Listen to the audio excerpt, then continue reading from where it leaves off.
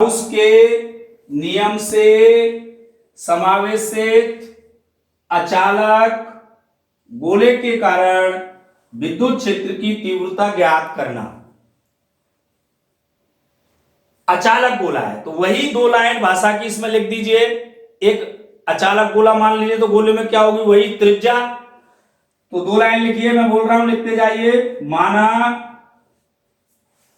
Capital R त्रिज्या का एक अचालक गोला है।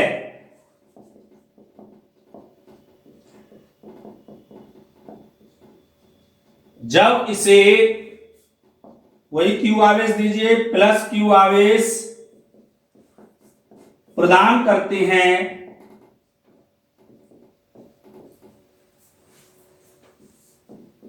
तो यह आवेश रूप से वितरित हो जाता है।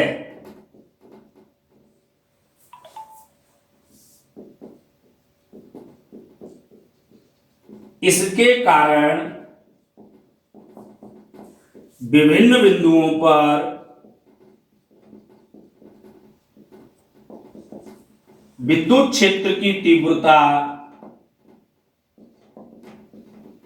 निम्न होगी।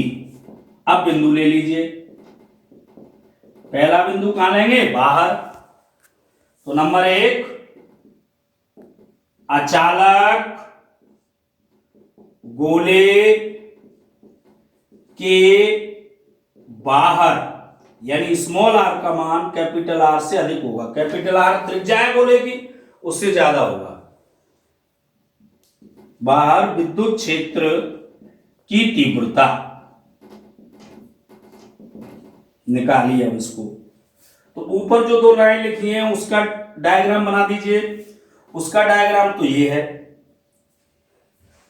ये आपने कैपिटल आर त्रिज्या का अचालक गोला ले लिया। इस गोले की त्रिज्या है कैपिटल आर, ओ इसका केंद्र है। ठीक है, माना कैपिटल आर त्रिज्या का एक अचालक गोला है। जब इसे प्लस क्यू आवेश देते हैं तो आवेश दीजिए। ये प्लस क्यू आवेश आप इसे दे रहे हैं, कहां जाएगा, ये अचालक है इसलिए इसके पूरे आयतन में समान रूप से वितरित होगा। अब ये केवल पृष्ठ पर नहीं रहेगा, पृष्ठ से लेकर केंद्र तक समान रूप से वितरित हो जाता है। ये बात आपने लिखी है।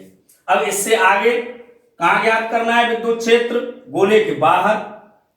तो गोले के केंद्र से स्मॉल आर दूरी पर और गोले के बाहर प्रेक्षण बिंदु ले लो और इस बात को यहां लिख दीजिए कि माना गोले के केंद्र ओ से, वही भाषा है पुरानी वाली, दूरी स्मॉल आर पर एक बिंदु P है जहां विद्युत क्षेत्र की तीव्रता गाउस के नियम से ज्ञात करनी है। अतः इसके लिए O को केंद्र मानकर,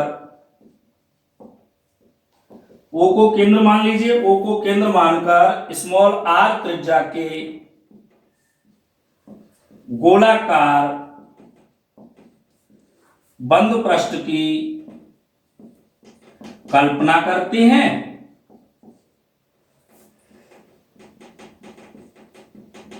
इस बंद पृष्ठ पर गाउस के नियम से, अब गाउस का नियम लगा दीजिए। दोबारा से फिर ध्यान दीजिए, यहां तक की बात केवल एक आपने गोला बना लिया, वो लिख दी। बिल्कुल ये जो डायग्राम है वही लिखा हुआ है। माना कैपिटल आर त्रिज्या का एक अचालक गोला है। जब इसे प्लस क्यू आवेश देते हैं तो यह इसके पूरे आयतन में समान रूप से वितरित हो जाता है। इसके कारण विभिन्न बिंदुओं पर विद्युत क्षेत्र की तीव्रता निम्न होगी। तो 3 बिंदु होते हैं, इसमें 4 लेंगे, केंद्र भी होता है, एक बाहर, दूसरा पृष्ठ पर, तीसरा अंदर, चौथा केंद्र पर। तो पहला बिंदु ले लिया हमने अचालक गोले के बाहर, यानी यहां से ये दूरी स्मॉल आर है, तो स्मॉल आर का मान इस कैपिटल आर से अधिक है। तो क्या किया आपने इसके लिए, तो आपने मान लिया कि माना गोले के केंद्र O से स्मॉल आर दूरी पर और कहा गोले के बाहर एक बिंदु P है, स्मॉल आर दूरी पर। ये और बात लिखो, गोले के बाहर एक बिंदु P है जहां विद्युत क्षेत्र की तीव्रता गाउस के नियम से ज्ञात करनी है। तो गाउस के नियम के लिए हमें क्या चाहिए, काल्पनिक बंद पृष्ठ। तो यहां बंद पृष्ठ कैसा बना सकते हैं, गोला बना सकते हैं जिससे आवेश हो उसमें स्थित। तो इसको केंद्र मानकर O को स्मॉल आर त्रिज्या के इस गोलाकार बंद पृष्ठ की आप कल्पना कर लीजिए। ये आपने गोलाकार बंद पृष्ठ की कल्पना कर ली। तो इस बंद पृष्ठ पर गाउस के नियम से, तो बंद पृष्ठ पर क्या लिया आपने, एक अल्पांश लिया। तो अल्पांश से निर्गत फ्लक्स गाउस के नियम के अनुसार, या कुल के लिए पूरे बंद पृष्ठ के लिए सीधा गाउस का नियम लगाइए तो क्या सूत्र बनेगा, आई ई बराबर सिग्मा क्यू बटे एप्सिलॉन नॉट। अब इसे लिखिए इस कुल फ्लक्स को, तो अल्पांश से निकलने वाला फ्लक्स तो होगा E vector dot D vector, लेकिन ये जो फ्लक्स है वो किससे, केवल अल्पांश के लिए नहीं, इस पूरे बंद पृष्ठ के लिए तो क्या लग जाता है, समाकलन। पृष्ठ बंद है तो क्लोज लिख दीजिए, यानी फाई ई का मान ये हो गया बराबर सिग्मा क्यू बटे एप्सिलॉन नॉट। तीसरी बार वही सेम टू सेम कैलकुलेशन भाषा चल रही है, तो इसे एक बार फिर खोल दीजिए, E D A cos theta बराबर सिग्मा क्यू बटे एप्सिलॉन नॉट। अब यहां देख लीजिए क्या चाहिए आपको, थीटा का मान चाहिए और सिग्मा क्यू का मान।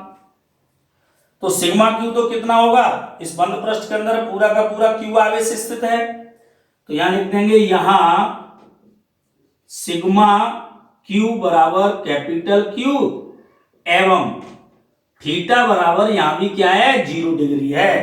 देखो इस स्थान पर ई की दिशा और अल्पांश क्षेत्रफल डी ए की दिशा, ये जो डी आपने लिया था दोनों एक ही होंगी, मान रख दीजिए। समाकलन ई डी ए कॉस 0 बराबर क्यू बटे एप्सिलॉन नॉट, ई को बाहर निकाल लीजिए, भीतर रह गया समाकलन डी ए क्यू बटे एप्सिलॉन नॉट। फिर वही बात, समाकलन डी ए की वैल्यू कितनी होगी, अल्पांशों को जोड़ दीजिए, क्या बनेगी, गोले की वक्र पृष्ठ, स्मॉल आर त्रिज्या के गोले की वक्र पृष्ठ। तो गोले की वक्र पृष्ठ का क्षेत्रफल 4 पाई आर स्क्वायर, मान रख दीजिए क्या आ गया, E into 4 pi R square बराबर क्यू बटे एप्सिलॉन नॉट। अब आप इसको 4 पाई आर स्क्वायर को भाग में ले जाइए, विद्युत क्षेत्र की तीव्रता आ जाएगी, नहीं आपका पहला बिंदु कंप्लीट हो जाएगा, ठीक है ना। बराबर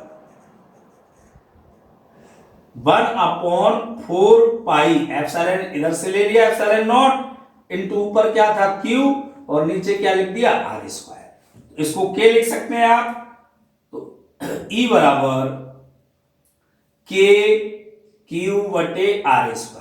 वही तीसरी बार ये सूत्र आया है इन अनुप्रयोगों में, पहला समीकरण यही है, यानी E इज प्रोपोर्शनल 1/r²। अब आप चाहो तो इसे रेखीय घनत्व के रूप में भी लिख सकते हैं, सिग्मा के रूप में भी लिख सकते हैं। तो रेखीय घनत्व के रूप में लिख दीजिए इस सूत्र को, चाहो तो क्या होगा, रो बराबर क्या होता है रेखीय घनत्व, रो का सूत्र क्या था, Q/V। तो कुल आवेश आपने Q दिया है और गोले का आयतन क्या होता है 4/3 पाई आर क्यू। तो यहां से कुल आवेश Q की वैल्यू क्या आ गई, 4/3 पाई आर क्यू और इंटू रो। तो Q के स्थान पर ये सूत्र भी रख सकते हो यहां, ये तो क्या बन जाएगा फिर ये सूत्र, ये यही हो गया। आप एक तक कर सकते हैं, ये तो आप विशेष अपने आप प्रैक्टिस करेंगे, ये दूसरा सूत्र और आ जाएगा, ये वो लिख रहा हूं मैं, या तो नोट में डालकर अलग से लिख लो या इसी तरह से आगे बढ़ा दीजिए। तो 1/4 pi epsilon not into Q के स्थान पर लिखा हमने 4/3 पाई आर क्यू रो बटे आर स्क्वायर। तो पाई से पाई खत्म हो जाएगा, 4 से 4 खत्म हो जाएगा, क्या बचा, ई बराबर रो आर क्यू बटे 3 एप्सिलॉन नॉट आर स्क्वायर। एक सूत्र ये भी बनेगा आपका, ठीक है ना। तो ये तो आपका पहला बिंदु हो गया। अब आप लीजिए दूसरा बिंदु, अचालक गोले की पृष्ठ पर विद्युत क्षेत्र की तीव्रता। बताइए यदि आप ढंग से पढ़ रहे हैं तो क्या आएगी, अब यहां कोई कैलकुलेशन नहीं करनी है, क्या लिखेंगे, इसी से लिख सकते हैं या केवल यही टॉपिक करना है तो वो पूरा करना पड़ेगा। तो आप लिख देंगे पृष्ठ पर स्मॉल आर बराबर कैपिटल आर होगा, अतः समीकरण 1 से, तो स्मॉल आर की जगह कैपिटल आर रख दो इसमें, तो क्या आ जाएगा, ई बराबर के क्यू बटे कैपिटल आर स्क्वायर। ये दूसरा समीकरण हो गया। अगर पृष्ठ पर ई का मान पृष्ठ पर इस रूप में लिखना चाहेंगे तो क्या आएगा, देखो यहां स्मॉल आर की जगह कैपिटल आर रखना पड़ेगा, कट जाएंगे ये, तो ऐसे भी लिख सकते हैं, तथा ई बराबर रो आर रह जाएगा केवल, रो आर बटे 3 एप्सिलॉन नॉट,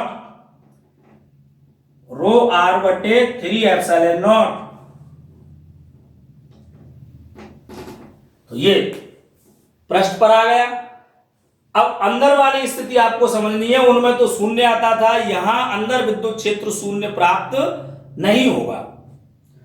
तो अंदर वाली स्थिति को ले लीजिए, यहां तक नोट कर लीजिए, मिटा रहा हूं ऐसे, और तीसरा बिंदु ले रहा हूं अंदर के लिए, ठीक है ना, नोट कीजिए यहां तक की बात। नंबर 3, अचालक गोले के अंदर, यानी अंदर के लिए स्मॉल आर का मान अब छोटा हो जाएगा कैपिटल आर से, विद्युत क्षेत्र की तीव्रता। बिल्कुल वही एक लाइन भाषा की मुझे बोल के बताओ मैं क्या लिखूं, यानी ये चीज तो आपके पास थी, ये आर त्रिज्या का गोला तो था ही, कैपिटल आर त्रिज्या का आपके पास गोला था, ये आपने, ये इसका ओ केंद्र था, इसे प्लस क्यू आवेश दिया था, इसके पूरे आयतन में ये समान रूप से वितरित हो गया था। ये चीज तो पहले लिख चुके हैं आप। अब आपको प्रेक्षण बिंदु कहां लेना है, अंदर लेना है, तो कहां से चलेंगे, केंद्र ओ से, दूरी कितनी लेंगे, वही स्मॉल आर, यहां पी बिंदु ले लिया। अब यहां विद्युत क्षेत्र की तीव्रता निकालनी है, तो इतनी सी बात को, डायग्राम वाली बात को आपको भाषा में लिखना सीखना पड़ेगा, बहुत अच्छा लगेगा, आधा नंबर भी नहीं कटेगा ये सीख जाएंगे तो बोलिए क्या लिखूं मैं, माना गोले के कहां से, केंद्र से, केंद्र बिंदु ओ से स्मॉल आर दूरी पर, कहां, गोले के अंदर, ये शब्द भी लिखना जरूरी है, अंदर एक बिंदु, भाषा वही है, एक बिंदु P है जहां विद्युत क्षेत्र की तीव्रता गाउस के नियम से ज्ञात करनी है। तो क्या करेंगे इसके लिए फिर, अतः इसके लिए O को केंद्र मानकर स्मॉल r त्रिज्या की गोलाकार बंद पृष्ठ की कल्पना करते हैं। वही भाषा आ गई कि नहीं? इस बंद पृष्ठ पर गाउस के नियम से लगाओ नियम, यानी अपने आप आगे करना सीखिए, अपने आप डायग्राम बना के नियम लगाना सीखिए। क्या लिखा आपने? माना गोले के केंद्र बिंदु O से स्मॉल r दूरी पर एक बिंदु P है, ये रहा P, जहां विद्युत क्षेत्र की तीव्रता गाउस के नियम से ज्ञात करनी है। अतः इसके लिए O को केंद्र मान के स्मॉल r त्रिज्या के गोलाकार, तो गोला बना लो स्मॉल r त्रिज्या का, गोलाकार बंद पृष्ठ की कल्पना करते हैं।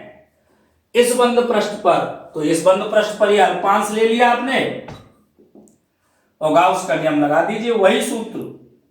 तो क्या आएगा? फाई ई बराबर सिग्मा क्यू बटे एप्सिलॉन नॉट, या समाकलन E vector dot DA vector बराबर सिग्मा क्यू बटे एप्सिलॉन नॉट, या ई डीए कॉस थीटा बराबर सिग्मा क्यू बटे एप्सिलॉन नॉट।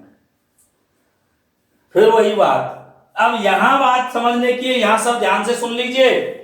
इसमें यही पॉइंट अलग है, उनमें तो सिग्मा क्यू का मान 0 हो जाता था क्योंकि अंदर कोई आवेश नहीं होता था। इसमें 0 नहीं है, इसमें आवेश दिखाई दे रहा है कि नहीं? इस गाउसीय बंद पृष्ठ के अंदर स्मॉल r त्रिज्या के गोले के अंदर आवेश है, तो ये मान कितना होगा, ये यही समझना है केवल। तो देखिए यहां सिग्मा क्यू बराबर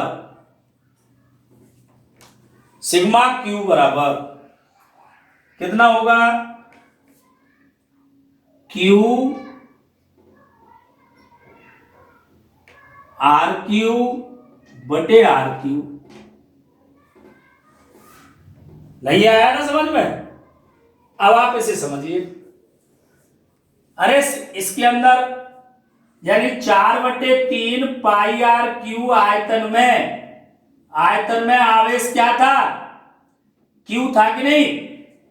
इस पूरे गोले का आयतन, कैपिटल आर त्रिज्या के गोले का आयतन क्या है? 4/3 पाई आर क्यू है। तो इसमें कुल आवेश कितना है? क्यू। तो इकाई आयतन में आवेश कितना आएगा? क्यू बटे 4/3 पाई आर क्यू। आपको कितने में निकालना है? इस छोटे गोले में निकालना है आवेश। तो छोटे गोले का आयतन कितना है? पर इकाई की जगह छोटा गोले का आयतन ले लीजिए, पाई कैपिटल आर क्यू गुणा 4/3 पाई स्मॉल आर क्यू। तो 4/3 पाई से 4/3 पाई कट जाएंगे, क्या बचा? क्यू आर क्यू बटे कैपिटल आर क्यू। तो यही तो मैंने लिखा है यहां, स्मॉल क्यू बराबर लिखा क्यू आर क्यू बटे आर क्यू। ये यहां से समझ लीजिए, एक बार फिर समझिए। चूंकि कैपिटल आर त्रिज्या के पूरे गोले के आयतन में कुल कितना क्यू आवेश फैला हुआ है कि नहीं? तो 4/3 पाई आर क्यू आयतन में आवेश क्यू। तो इकाई में क्या होगा? यानी 5 रुपए में केले आते हैं 10, तो यहां हम लिखेंगे 1 रुपए में केले आएंगे 10/5। तो ऐसे ही 4/3 पाई आर क्यू आयतन में आवेश क्यू, तो इकाई आयतन में आवेश हो गया क्यू बटे 4/3 पाई आर क्यू। अब हमें कितने आयतन में निकालना है? गाउसीय जो बंद पृष्ठ है वो स्मॉल आर त्रिज्या के गोले का है, तो इस स्मॉल आर त्रिज्या के गोले में आवेश का मान हो गया, यहां इकाई की जगह लिख दीजिए 4/3 पाई स्मॉल आर क्यू। तो यहां इसमें गुणा कर दीजिए, ये कट गए, क्या बचा? क्यू आर क्यू बटे आर क्यू।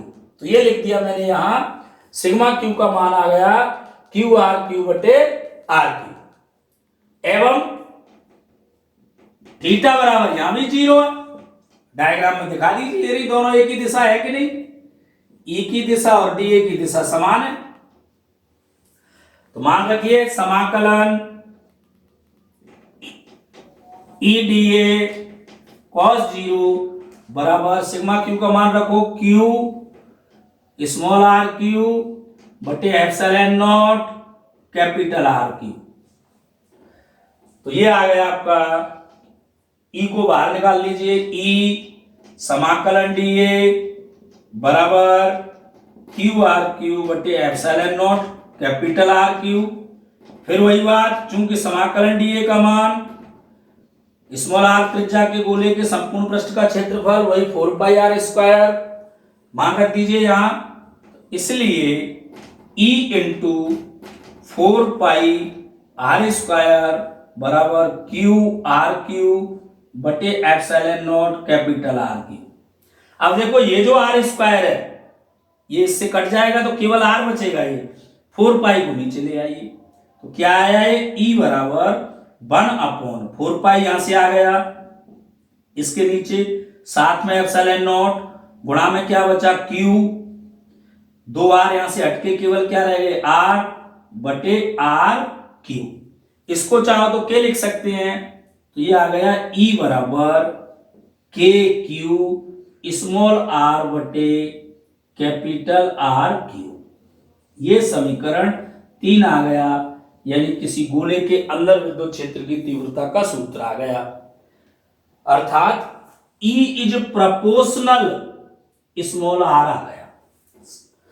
भाई ये तो सब नियत है तीनों, तो विद्युत क्षेत्र की तीव्रता दूरी आर के समानुपाती हो गई कि नहीं अंदर के लिए। तो अब अगर हम अंदर ऐसे इधर दूरी को कम करते हैं, आप केंद्र पर आ जाएं, तो केंद्र पर आर का मान 0 हो जाएगा, तो ई का मान क्या हो जाएगा 0। तो केवल अचालक गोले के केंद्र पर ही विद्युत क्षेत्र शून्य होता है, अन्य किसी स्थान पर नहीं होता अचालक गोले में, जबकि चालक गोले और गोलीय कोष में केंद्र से लेके और पृष्ठ से कम तक शून्य होता था। नोट कर लीजिए, स्मॉल आर बराबर कैपिटल वो 0, सॉरी स्मॉल आर बराबर क्या होगा 0 होगा केंद्र पर, क्यों केंद्र से ही तो दूरी ले रहे थे, तो केंद्र पर तो मान आर का क्या हो गया 0। अतः समीकरण 3 से ई का मान लिख दीजिए, ई बराबर के क्यू बटे आर क्यू गुणा 0, यानी ई बराबर 0। और चौथा बिंदु ग्राफ का यानी 5वां, तो आगे लिख दीजिए, यदि अचालक गोले के कारण विद्युत क्षेत्र की तीव्रता E का दूरी स्मॉल r के साथ ग्राफ खींचे तो यह निम्न प्रकार का प्राप्त होता है। शायद ध्यान दे लिया हो पहले ग्राफों में, तो अभी आप बना सकते हैं आसानी से। एक्स अक्ष पर दूरी ले लीजिए, दूरी स्मॉल आर, वाई अक्ष पर विद्युत क्षेत्र की तीव्रता ई ले लीजिए। तो बेटा देखो ये दूरी आप कैपिटल आर ले रहे हैं, और कैपिटल आर पृष्ठ पर था, और पृष्ठ पर विद्युत क्षेत्र का मान क्या था के क्यू बटे आर स्क्वायर। तो केंद्र पर 0 था कि नहीं, और पृष्ठ पर मान ये था, और पृष्ठ और केंद्र के बीच में समीकरण आप 3 देख सकते हैं, इज प्रोपोर्शनल स्मॉल आर था, तो यहां से यहां तक तो क्या आ जाएगी, ये सरल रेखा सीधी रेखा में ग्राफ जाएगा यूं। उसमें तो ग्राफ यहां से जाता था, यूं जाता था, सीधा 0 रहता था, और बाहर दूरी के वर्ग की व्युत्क्रमानुपाती है, तो ये वाला ग्राफ आ जाएगा, यानी अनंत स्पर्शी स्पर्श नहीं करेगा। E is proportional 1/r square, और यहां E इज प्रोपोर्शनल R, ये ग्राफ होगा। ठीक है, और ढंग से आराम से देख लो, समझ लो, कोई समस्या है तो पूछ लेना।